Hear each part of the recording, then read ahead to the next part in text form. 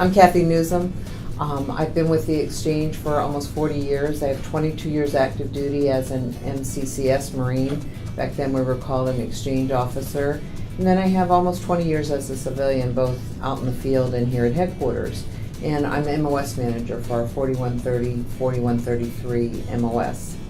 And I wanted to take a minute and make sure everyone understood what that MOS is, what our Marines do, and how valued they are.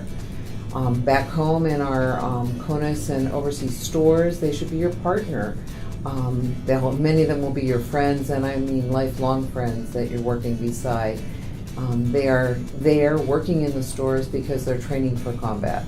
That is the true meaning of the MOS. They need the requisite skills that they learn while working in our stores here in the States, so that when they deploy, there is no supervision. A sergeant may have a multi-million-dollar facility and he's out there on his own, so it's imperative that they have all the skill sets needed to run a store.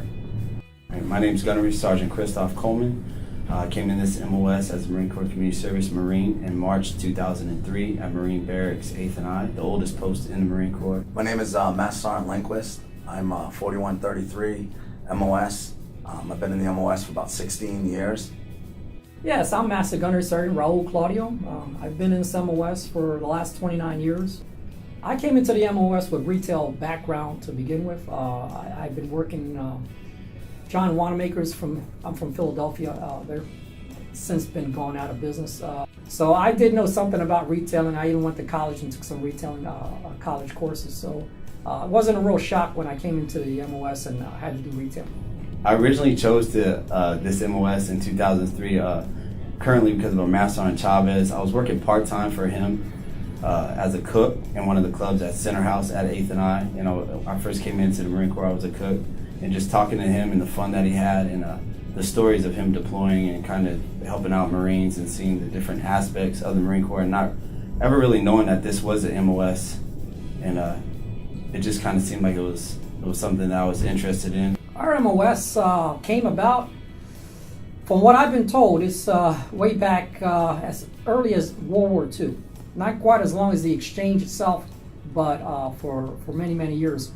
And pretty much what we tell Marines that are interested in coming in our MOS is if this is something where you like to service fellow Marines and provide them goods and services as far as taking care of their needs and bringing a product that makes them smile at the end of the day, then this is something you would probably be interested in. We're actually the only branch of the service who has Marines go outside the line and bring a mobile exchange out to the Marines or soldiers or sailors that are in a combat zone. We're part of that defensive posture when we're traveling to the combat zone, as well as when we arrive at the combat outpost or the operations post.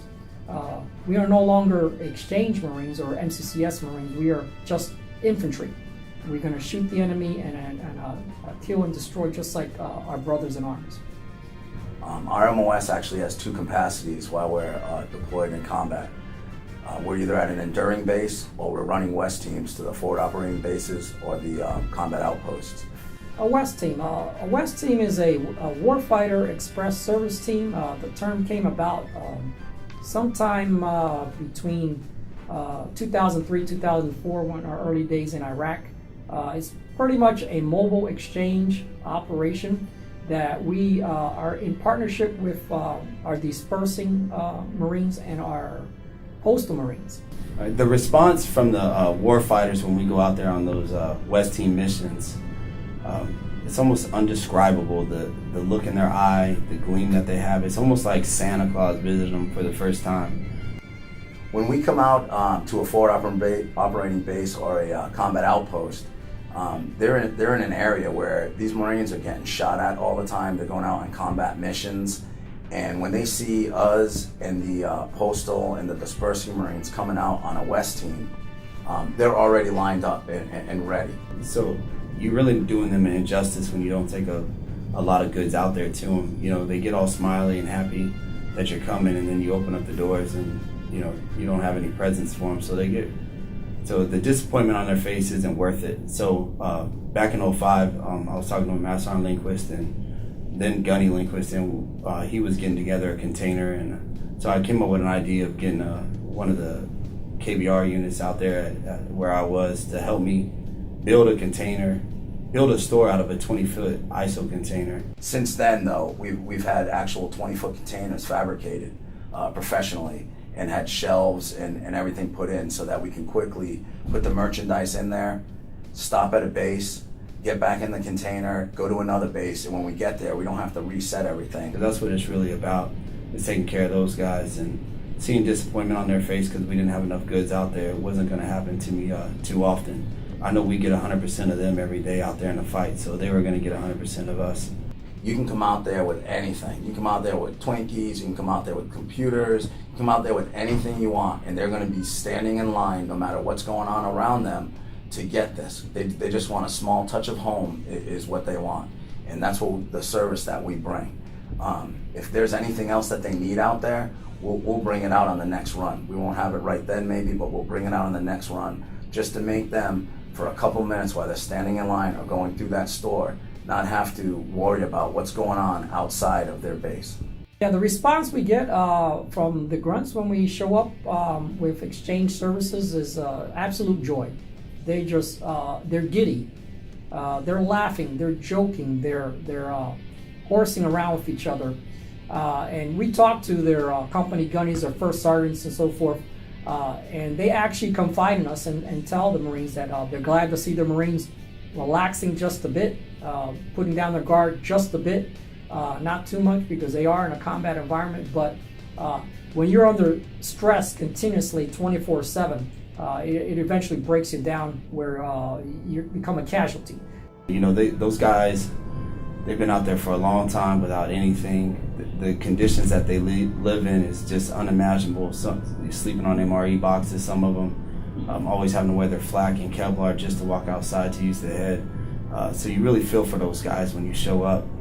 And you know, on your way to those places, you get shot at and you wonder, like, man, what am I doing this for? And then you drive up and you see those guys and you realize this is why I'm doing it. The reason why I stay in is just the look on those guys' faces.